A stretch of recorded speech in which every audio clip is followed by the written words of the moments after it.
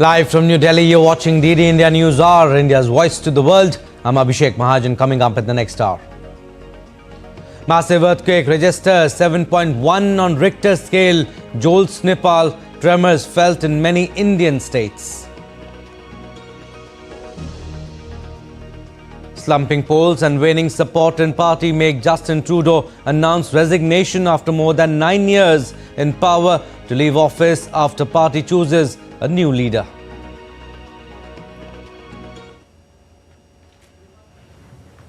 I intend to resign as party leader, as Prime Minister, after the party selects its next leader. Huge winter storm in the east coast of the US upends normal life. Over 330,000 homes and businesses without power. Air travel crippled across the nation. Venezuelan President Nicolas Maduro slams US for welcoming opposition leader Gonzalez, says Biden was backing a violent project to usurp the country's democracy. US President-elect Donald Trump set to enter White House as a convicted felon as New York judge rejects request to delay sentencing in hush money case.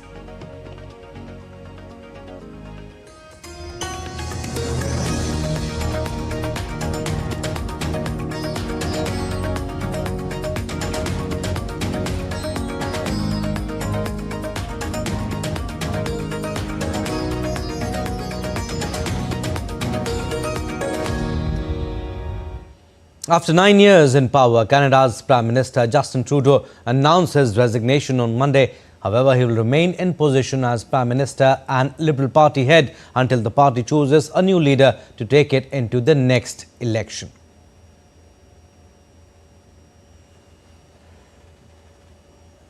Resignation on Monday, saying he would leave office as soon as his party chooses a new leader, with slumping polls and internal division taking their toll. After more than 9 years in power, Trudeau's support within the ruling Liberal Party began crumbling in 2024 due to intensifying public criticism focused on the rising cost of living. A subdued Trudeau told a press conference that he would stay as the Prime Minister until the party chooses a new chief. I intend to resign as party leader, as Prime Minister, after the party selects its next leader through a robust, nationwide, competitive process. Last night, I asked the President of the Liberal Party to begin that process. His authority was then shaken by the surprise departure last month of his Finance Minister and Deputy Prime Minister, Chrystia Freeland. Across the country, Trudeau's resignation did not surprise. Trudeau's Liberals are trailing badly in the polls to the opposition Conservatives. This country deserves a real choice in the next election, and it has become clear to me that if I'm having to fight internal battles, I cannot be the best option in that election. Trudeau took office in November 2015 with a message of hope and sunny ways and won re-election twice. But his popularity started dipping 2 years ago as prices of groceries and housing rose in the post-COVID period and his fortunes never recovered. Canadian media have tipped Freeland as a possible Liberal leader. Trudeau has received permission from Canada's Governor-General to suspend all parliamentary business until March 24. That could give the Liberals time to choose a new leader while restricting the opposition's chances to bring a vote of no confidence. Bureau Report, DD India. Canadian Prime Minister Justin Trudeau's plans to resign has put a question mark to the nation's politics. What more does future holds for Canada as Canadian Prime Minister Justin Trudeau to stay in office and lead Liberals until transition? Special leadership conventions need to be organised to choose the successor. Parliament to remain suspended until March 24th. Opposition parties had planned to unveil non-confidence motions as soon as they could after January 27. Now they will have to wait until May. New election unlikely to be held before May at the earliest. If Liberals stay in power till Parliament's summer break, then an election would be held at the end of October. Trudeau already asked his party to choose the new leader. Shortened contest likely to ensure Trudeau's replacement is in office as soon as possible. Liberal President Sachit Mehra to call a meeting of the party's national board this week to begin the process. Polls indicate Liberals to lose the election no matter who the leader is. Contenders include Innovation Minister Francois Philippe Champagne, Transport Minister Anita Anand, Foreign Minister Melanie Joly also in the race. Former Finance Minister Chrystia Freeland could also join the race. All right, let's go across to my colleague Anil Thomas is joining us live from Delhi. Anil, Justin Trudeau's announcement that he would step down as Canada's Prime Minister was expected after he faced political struggles in recent months, but a stunning fall for a leader once so beloved. Tell us what led to his downfall. Well, good morning, Abhishek. Well, very much on the expected lines. This was a story that was almost there, making the headlines as soon as we crossed the new year. And I think this was the inevitable. His ratings had plummeted from as good as 63% when he began to as low as 32%, even hovering around 25%. His party's fortunes had plummeted even further. A recent poll suggested that Liberals had as good a chance, or a 16%. People favored them back in power. So they were looking at a huge drubbing in the elections, that are expected in October. Having said that, inflation, not being able to keep that under check has been a huge cause of concern. Immigration, other cause of concern that has affected Trudeau badly. Internal rebellion within the rebels has been, the biggest factor that's led to his downfall. I think even while going out, he's not missed out an opportunity to take a jab at the opposition. And I think he leaves the door open. You mentioned about almost 5 candidates there in the race. And I think it leaves the door open. His ratings plummeting on one front. Secondly, the frozen ties that, with Trump coming in and, a likely sanction on Canada as good as 25%, clearly not helping things move ahead. And I think that's where Trudeau understood that, the journey ahead could be filled with, more speed breakers than what he expected. And I think it's a good time to exit. He's had a great role to play in Canada's development for the last 1 decade. And I think though he has hit a low, I think he's still signed off on a high.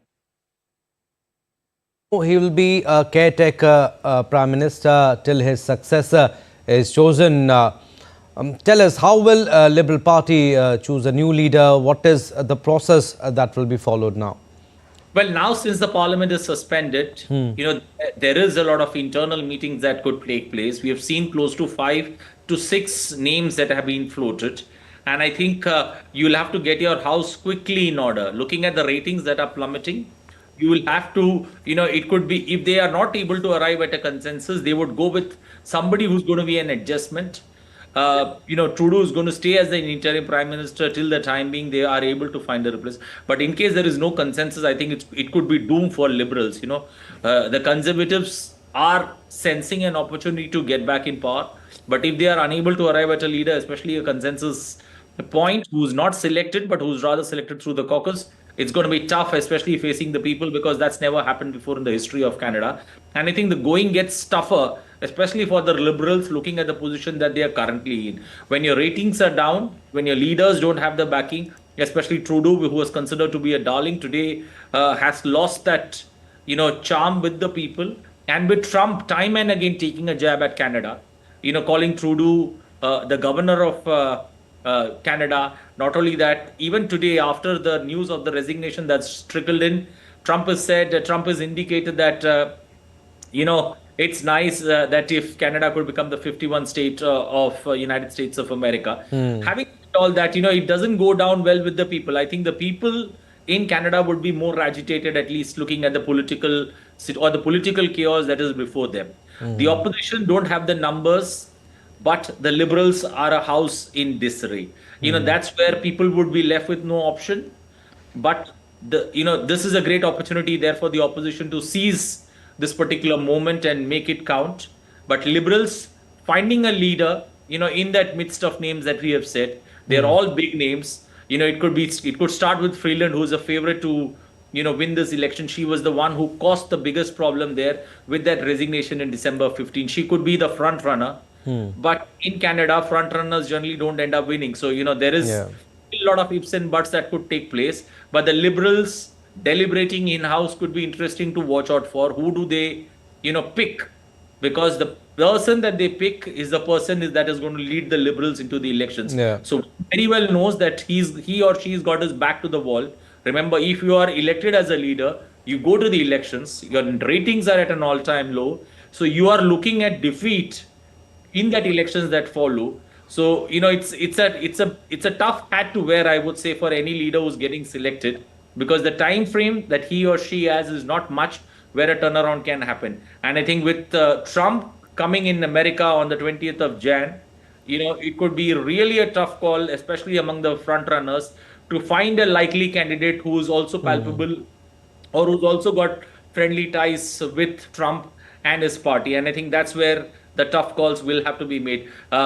Especially 6 names there in the order, but I would not be surprised if you could get, somebody who's a nobody there taking the Liberals into the elections of 2025. All right, a lot of whips and busts in Canada. We'll see what happens next. We'll leave it at that. Thank you for your views, Anil.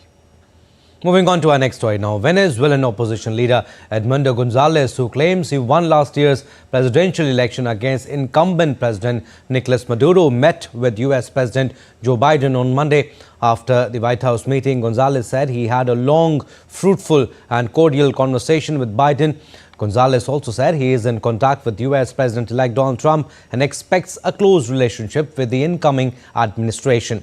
Gonzalez's visit to Washington comes as part of a regional tour just days before President Nicolas Maduro is set to be inaugurated for his third term after being recognized by Venezuela's top court and electoral authority as the winner of the election.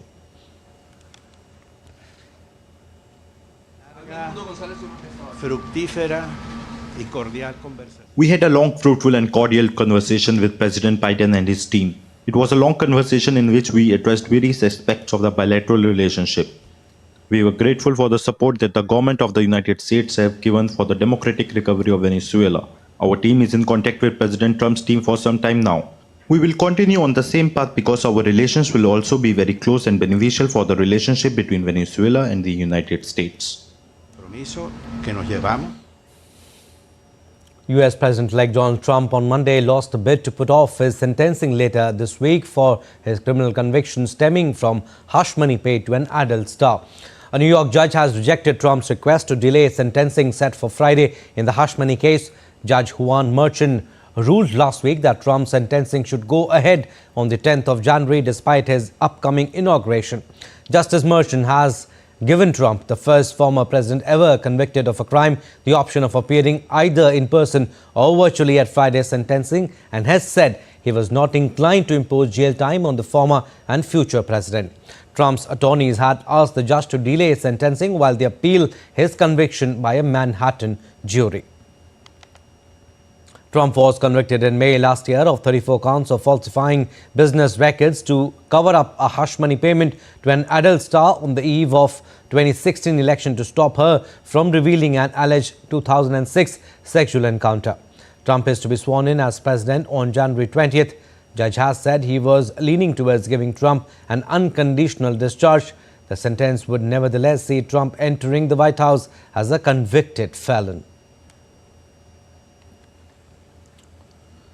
Now, the US Congress on Monday formally certified Republican President-elect Donald Trump's November election victory in a special session. Monday's ceremony in Congress officially validated the 2024 Electoral College results. The certification of the election results was accomplished in a brief formal ceremony during a joint session of the House of Representatives and Senate. It was presided over by Kamala Harris, acting in her vice presidential role as President of the Senate.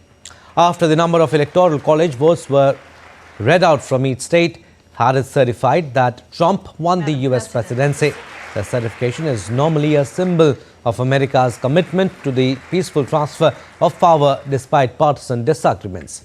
This constitutional procedure took place exactly 4 years after a mob of Trump supporters stormed the Capitol in a failed bid to block the certification of then-President Trump's 2020 loss to Democratic President Joe Biden.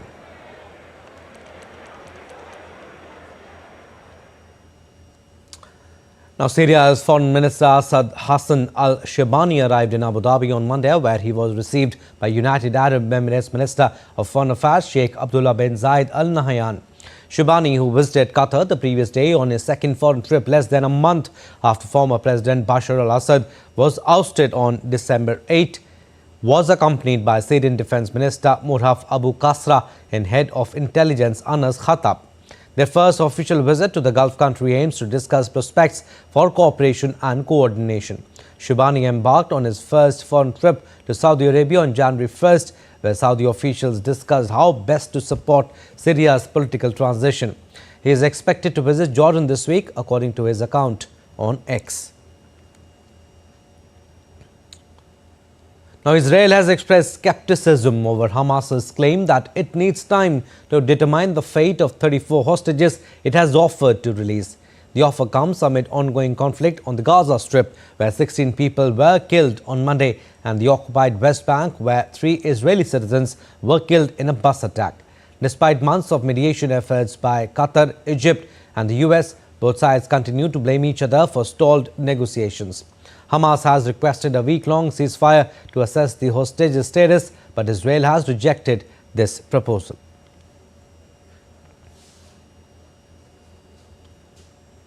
All right, still to come on this edition of DD India News Hour.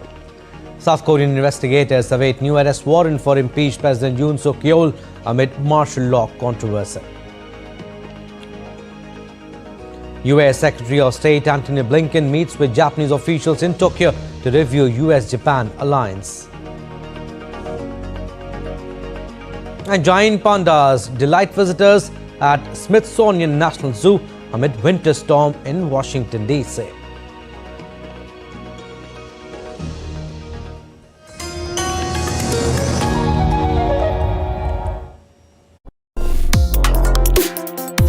Complex issues, hidden agendas, twists and turns, strategic games.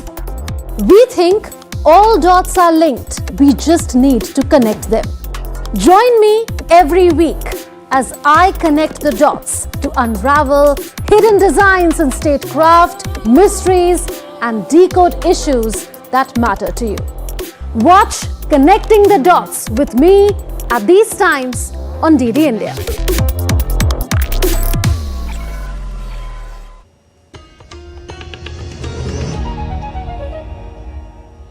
Welcome back. You're watching DD India News Hour. I'm Abhishek Mahajan. Big news coming in from Nepal. A massive 7.1 magnitude earthquake struck Nepal-Tibet border early on Tuesday. Tremors were felt in Kathmandu and Indian cities of New Delhi, Siliguri and Patna. The quake's epicenter was located approximately 91 kilometers from Labushe in Nepal. An earthquake of this magnitude is considered strong and is capable of causing severe damage. Emergency response teams in Nepal and India are on high alert to assess the impact of the massive earthquake. Officials are closely monitoring the situation and have urged citizens to remain calm and be prepared for possible aftershocks.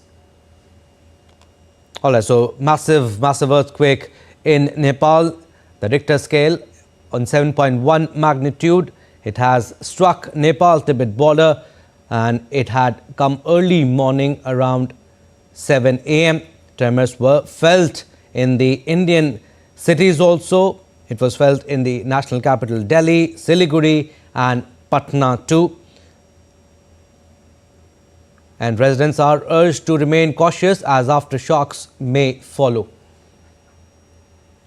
All right, we'll go across to Nepal now. DD India Shweta Singh is joining us live from there. Shweta, 7.1 is a massive earthquake. It struck Nepal-Tibet border. Tell us what was the epicenter first.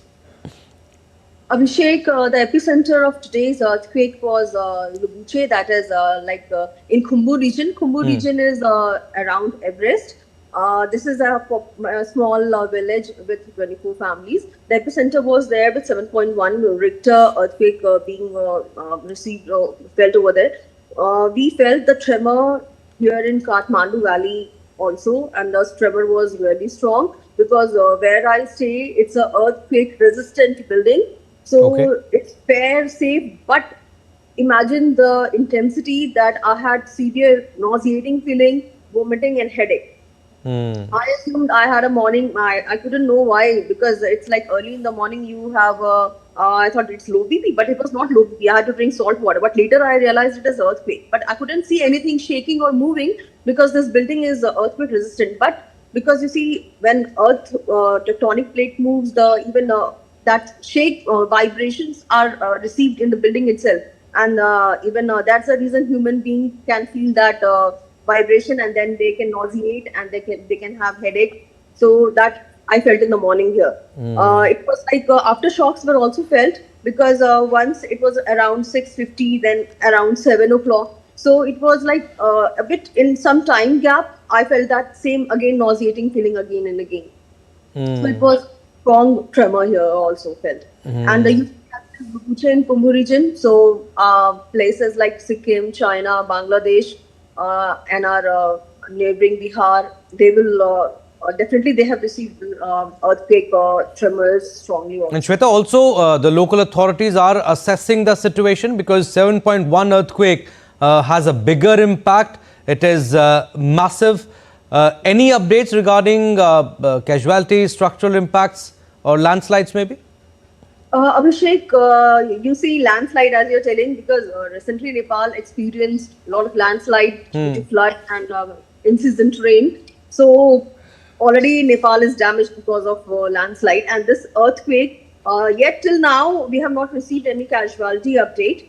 But as the sun rises, maybe you will get information about building damages and all because 7.1 Richter is no way less. It is strong enough to damage a good building. So in Kumbh region, we have not received any information from there. In Kathmandu, tremors were felt, so people are sharing their experience. Even I felt here, so my building was shaking. But it's nothing serious from Kathmandu Valley right now. But the moment we receive any information about casualties and damages, we will share with our viewers. But Shweta, authorities and rescue teams must be on high alert, must be urging residents to remain calm, to remain cautious as aftershocks may also follow? Actually, Nepal is in seismic zone, so people are already, they have faced a lot of earthquakes and it's not new to us because in January 2nd also we felt 4.8 Richter of earthquake here in Kathmandu Valley. And again, there was aftershock in Jhudge in the new year. So people definitely experience earthquake very frequently, and we are prepared. And here people are mentally prepared that how we have to manage when there is earthquake. So every building is having a separate rescue stairs. Buildings are earthquake resistant. But because after 2015 earthquake here in Nepal, mostly the buildings have been made as per earthquake resistant and as per the guideline from the disaster center, so that there is not much damage because earthquake doesn't damage so much, but it is secondary damages because of earthquake that causes casualties. So people are alert here, they are aware, but yet in a hilly region where there is mud houses or thatched houses, so their earthquake impact will be severe. But the report from those areas are very difficult to come because it slowly propagates to the main town to know that damages happened in this village in Kumbh region or in that hilltop. So as slowly and steadily when the information comes in, we'll definitely All right, Shweta, we'll leave it at that. Please take care of yourself and hope the casualties are less there in Nepal. We'll go across to Bihar now, in Patna, where DD India Salman Haider is joining us with the updates, with the latest on earthquake. Salman, a big earthquake in Nepal and the tremors have been felt in Bihar too. What information you can give us from there?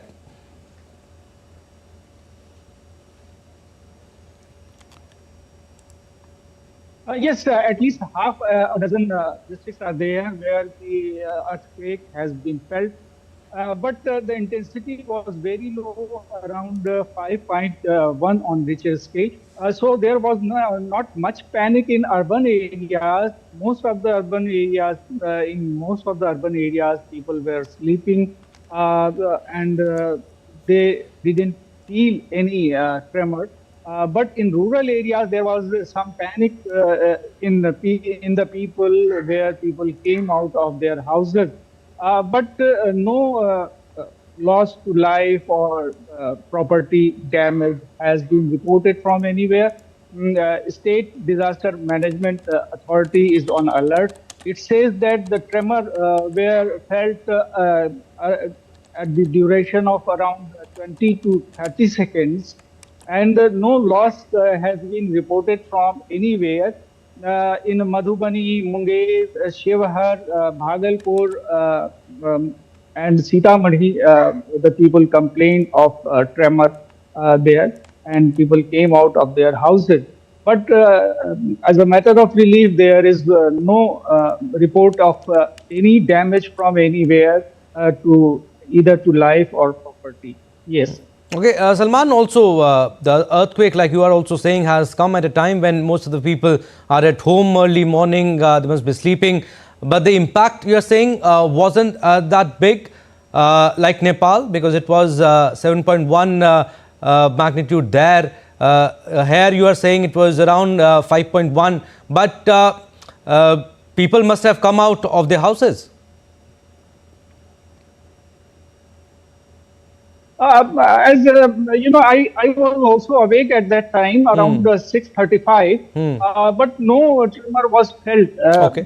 It is not felt to me at that time. But in rural areas, people certainly came out of the house feeling the tremor and feeling that there may be a big earthquake, because you know Munger is vulnerable seismic area.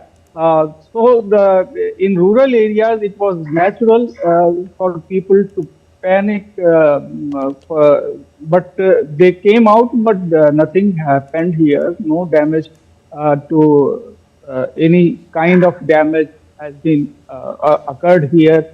So the things were normal and normalized within 20 minutes, 30 minutes, and people went back to their houses. No panic was there after half an hour. All right, So, no panic. People are calm, none, and the impact has not been that big. Thank you. We'll leave it at that. Thank you for your input, Salman. Moving on. All right, we'll stay with the earthquake story. An earthquake measuring 4.9 on the Richter scale was also felt in Dhaka and different parts of Bangladesh at 7:05 a.m. local time on Tuesday. However, no reports of loss to property or life has been reported from anywhere in Bangladesh so far.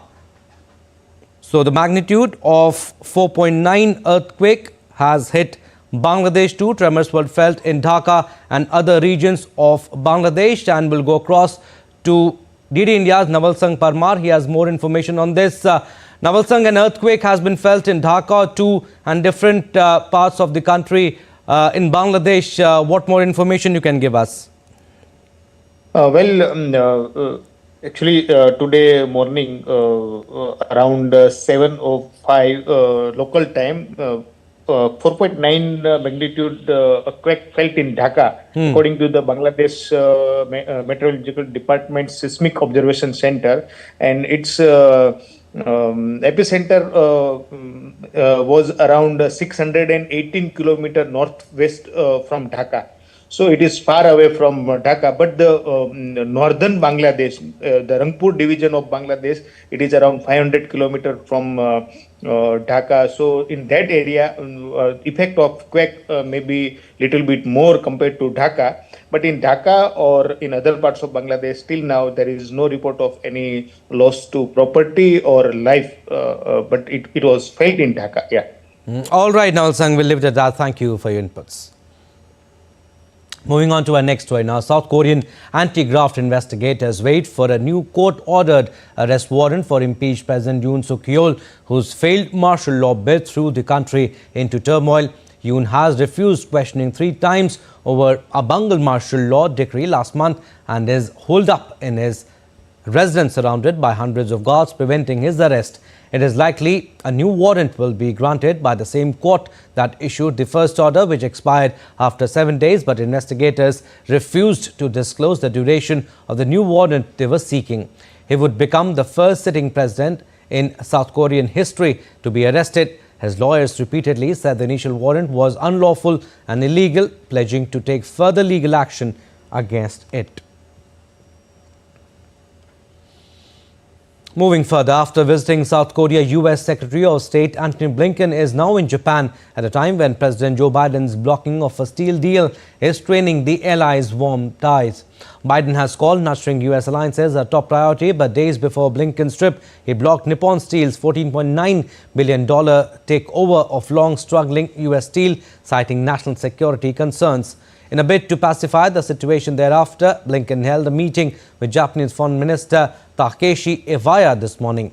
He will also meet other senior Japanese government officials to review the tremendous progress the US-Japan alliance has made over the past few years.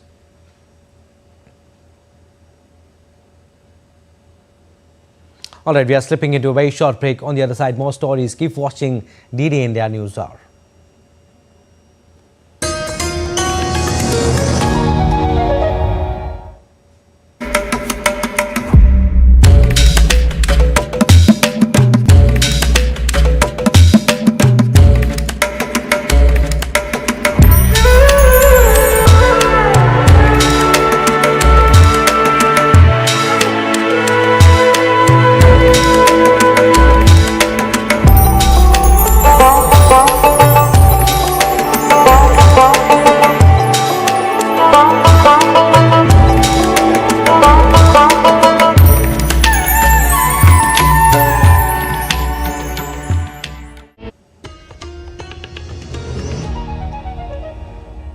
Welcome back. You're watching DD India News Hour. I'm Abhishek Mahajan. An outbreak of human metapneumovirus in China has raised alarm globally. Several countries, including India, are monitoring the virus and its spread closely. While India on Monday confirmed its first 3 cases of HMPV, 2 in Karnataka's Bengaluru and 1 in Gujarat's Ahmedabad, all the cases have been detected in children. The Indian Council of Medical Research is closely monitoring the situation. In view of the ongoing scenario, Union Health Minister JP Nadda issued a statement in which he said the health systems and surveillance networks of the country remain vigilant, ensuring the country is ready to respond promptly to any emerging health challenges. There is no reason to worry. First have clarified that HMPV virus is not a new virus. It was first identified in 2001. And it has been circulating in the entire world since many years. HMPV spreads through the air by way of respiration. This can affect persons of all age groups. The virus spreads more during the winter and the early spring months. On recent reports, the cases of HMPV in China, the Health Ministry, the Indian Council for Medical Research, and the National Center for Disease Control are keeping a close watch on the situation in China as well as in the neighboring countries. WHO has taken cognizance of the situation and will share their report shortly with us.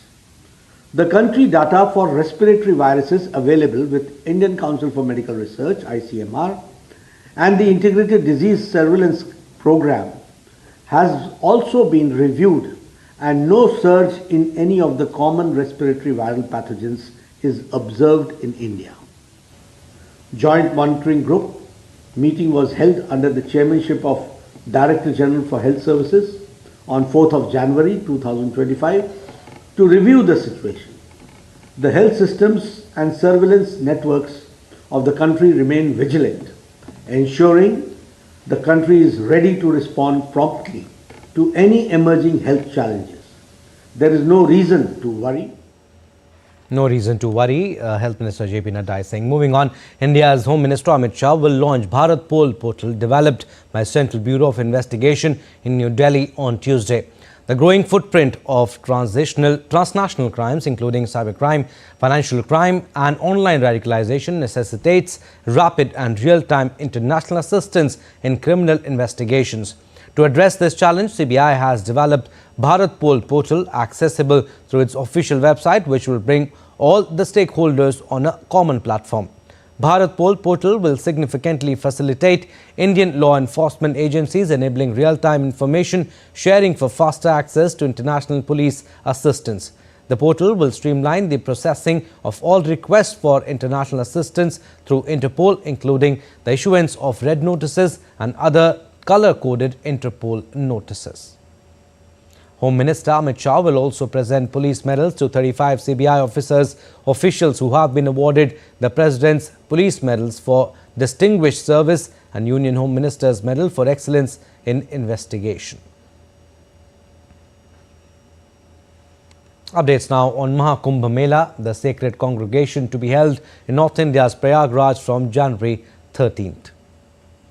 National Disaster Response Force team carried out the mock drill as part of the Mahakumbh preparations. The drills conducted at Arel Ghat aim to make the devotees and refugees believe that agencies like NDRF are ready to deal with every kind of challenge in their service. हमारे पास कुछ विशेष उपकरण हैं, उसके पास हमारे पास विशेष गोताखोर हैं, कुशल तैराक हैं, हमारे पास स्पीड बोट हैं और ये सिर्फ दिन में नहीं, रात में भी इस चुनौती से कैसे निपटा जाए उसके लिए भी हम तैयार हैं।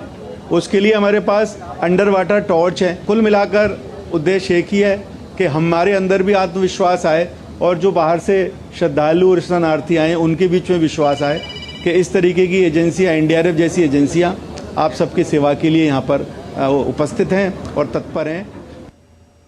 The Uttar Pradesh police has heightened security measures for a safe and grand celebration. Personnel are checking all vehicles and identify cards of individuals entering the area. A bomb squad has also been stationed nearby for any eventualities. The Central Reserve Police Force, Provincial Armed Constabulary and State Police are all collaborating on this effort.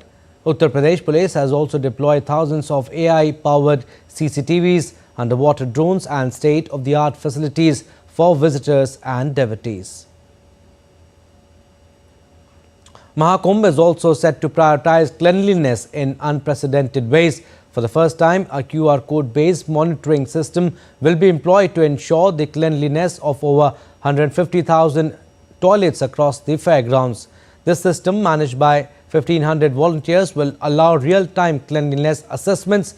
Reports from the app will be sent directly to a control room, alerting the vendors to attend to any maintenance needs within minutes. Let's now take a look at other stories making news. The 38th High-Level Clearance Authority, headed by India's Odisha Chief Minister, approved 5 investments in the state on Monday. The projects are worth Rs 44,793.03 crore and are expected to generate over 23,000 jobs. These projects are spanned across sectors such as refinery and petrochemicals, green energy equipment, biotechnology, steel and chemicals.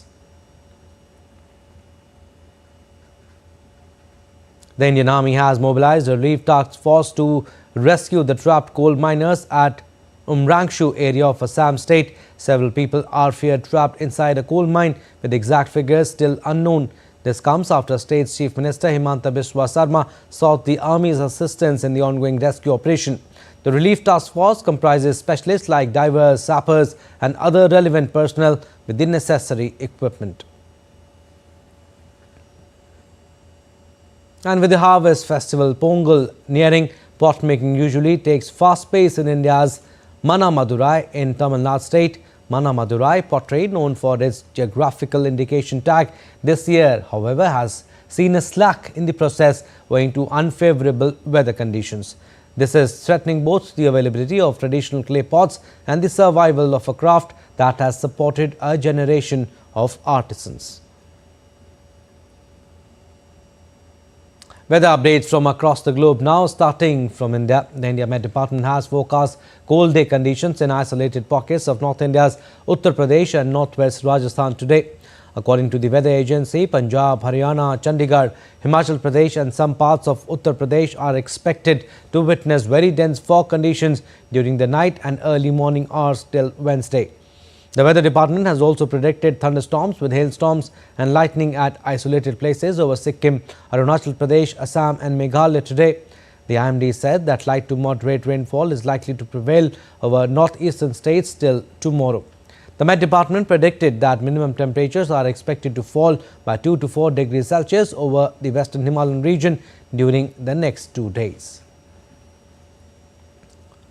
And the first major winter storm of the new year swept into the U.S. mid-Atlantic states on Monday, closing down federal offices and public schools in Washington, D.C.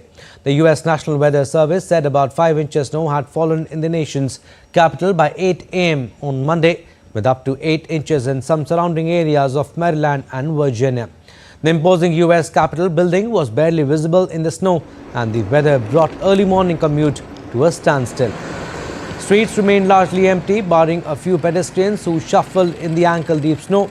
The storm also left more than 330,000 homes and businesses in the central and southern U.S. without power on Monday. Governors in several states, including Kansas, Kentucky, Arkansas, West Virginia, and Maryland, have declared states of emergency. Many flights within, into and out of the United States had been cancelled or delayed due to weather. The unusually cold temperatures are expected to linger for the rest of the week. Amid the whiteout, Washington residents, including a playful dog, transformed Meridian Hill Park into a winter wonderland for the Great Meridional Battle of 2025, a snowball fight organized by the DC Snowball Fight Association. The snowball fight included a person dumping snow off a shovel onto a fellow participant and a dog gleefully catching and eating snowballs.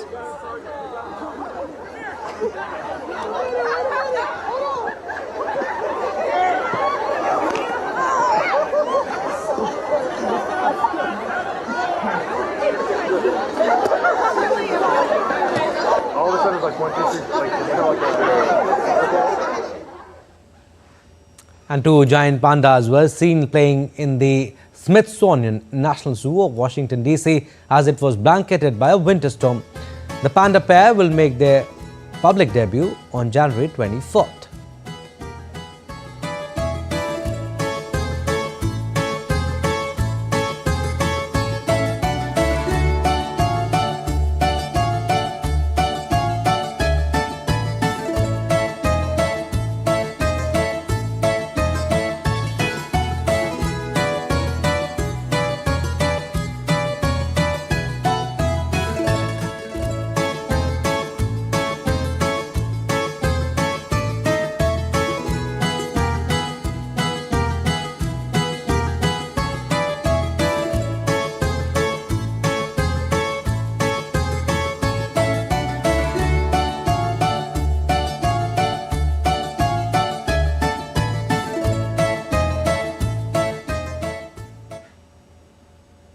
Still to come on this edition of DD India News Hour.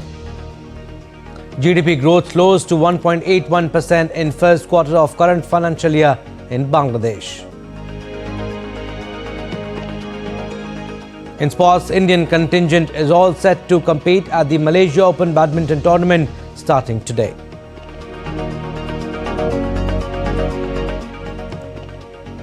And we'll show you visuals from Colombia celebrating the vibrant black and white carnival recognized by UNESCO as cultural heritage.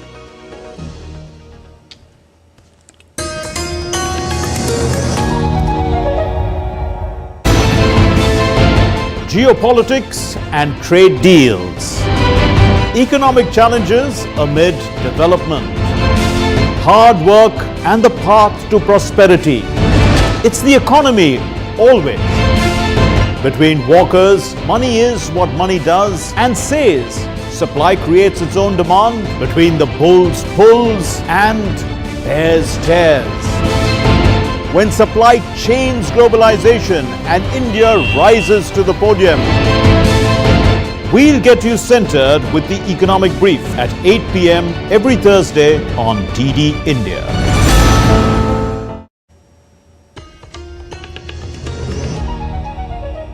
Welcome back. You're watching DD India News Hour. I'm Abhishek Mahajan. Business news now.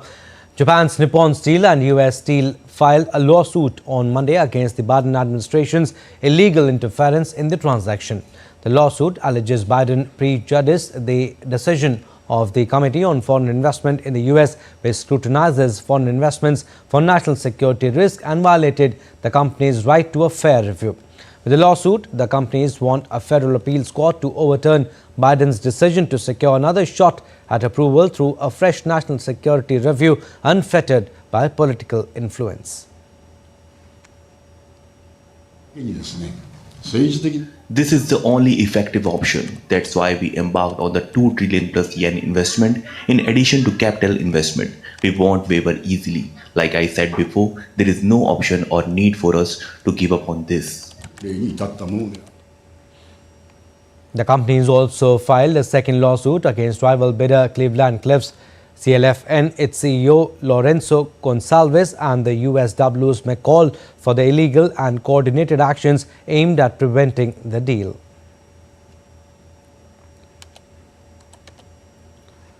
And the US dollar hovered near a one-week low versus major peers on Tuesday as traders considered whether President-elect Donald Trump's tariffs would be less aggressive than promised. On Monday, the greenback slid against the likes of the euro and sterling following a report in Washington Post that Trump's aides were exploring plans that would apply tariffs only on sectors seen as critical to US national or economic security. The US dollar index, which gauges the currency against the euro, sterling and 4 other rivals, edged up to 108.38 after dropping as low as 107.74 overnight, its weakest since December 30th. Now, Bangladesh's GDP growth dropped sharply to 1.81% in the first quarter of the current fiscal year, down from 6.04% during the same period last year.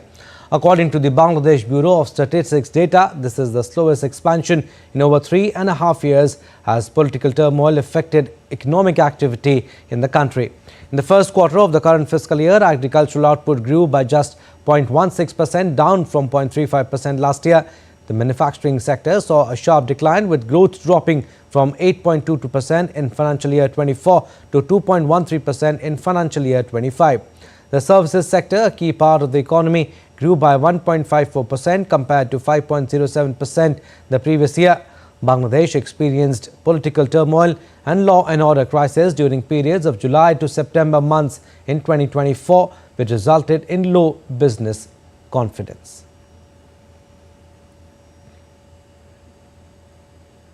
All right, sports updates now. India's HS Prannoy will face Canada's Brian Yang in his opening match at the Malaysia Open on Tuesday. This is the first time since Paris Olympics that Prannoy will return to court. Prannoy has not been in action since his exit at the hands of compatriot Lakshya Sen at Paris. Sen will be up against Taiwan's Ji Yu Zhen in the opening round of the tournament. Meanwhile, in the men's doubles event, India's sole representatives will be Satvik and Chirag. The duo will take on Chinese Taipei's Kei Tang and MC Liu in their first round match on Wednesday.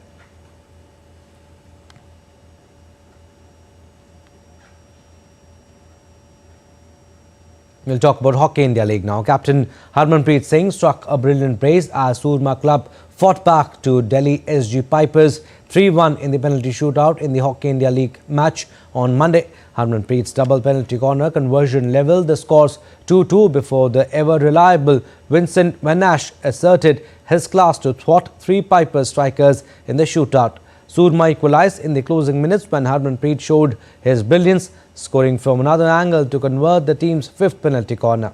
Vivek Sagar Prasad, Nicholas Keenan and Boris Burkhardt scored in the penalty shootouts, while Vincent Vanash pulled out 3 saves to snatch the bonus point for Surma Hockey Club. Now, the Indian women's cricket team announced their squad for the one-day international series against Ireland. Smriti Mandhana will lead the 15-member squad in the 3 ODI matches starting January 10th in Rajkot. Regular captain Harmanpreet Kaur and star pacer Renuka Singh Thakur have been rested. Deepti Sharma has been named a vice-captain. Indian team entered the series on the back of a thumping series victories against West Indies in ODIs and T20Is.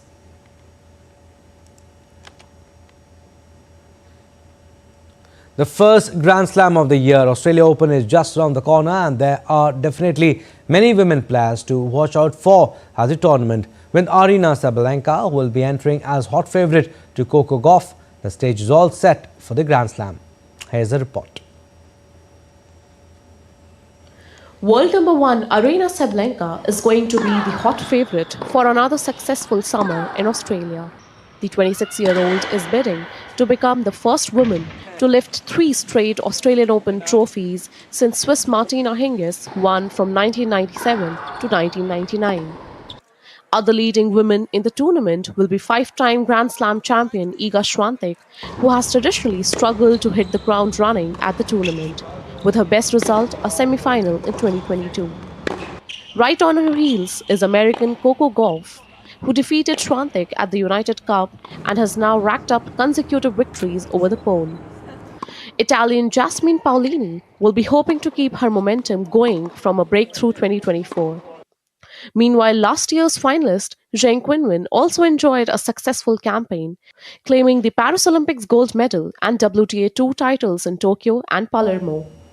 There's a strong American contingent in the draw, led by world number 7 Jessica Pegula, world number 8 Emma Navarro, and world number 11 Danielle Collins.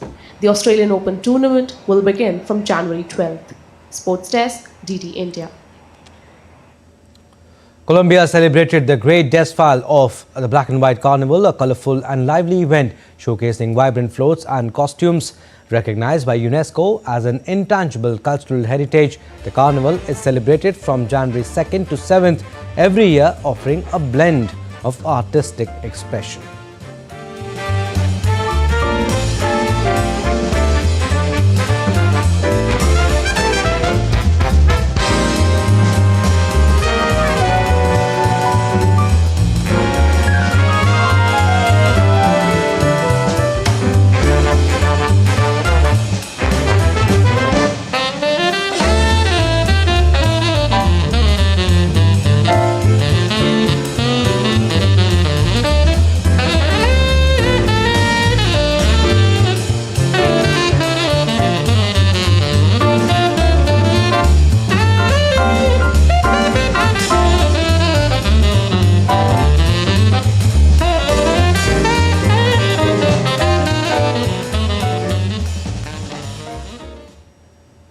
Well, that's all for this edition of DD India News Hour. But do let us know your thoughts on the news of the day. For those on the go, you can get all the latest news and updates from India and across the world on DD India mobile app.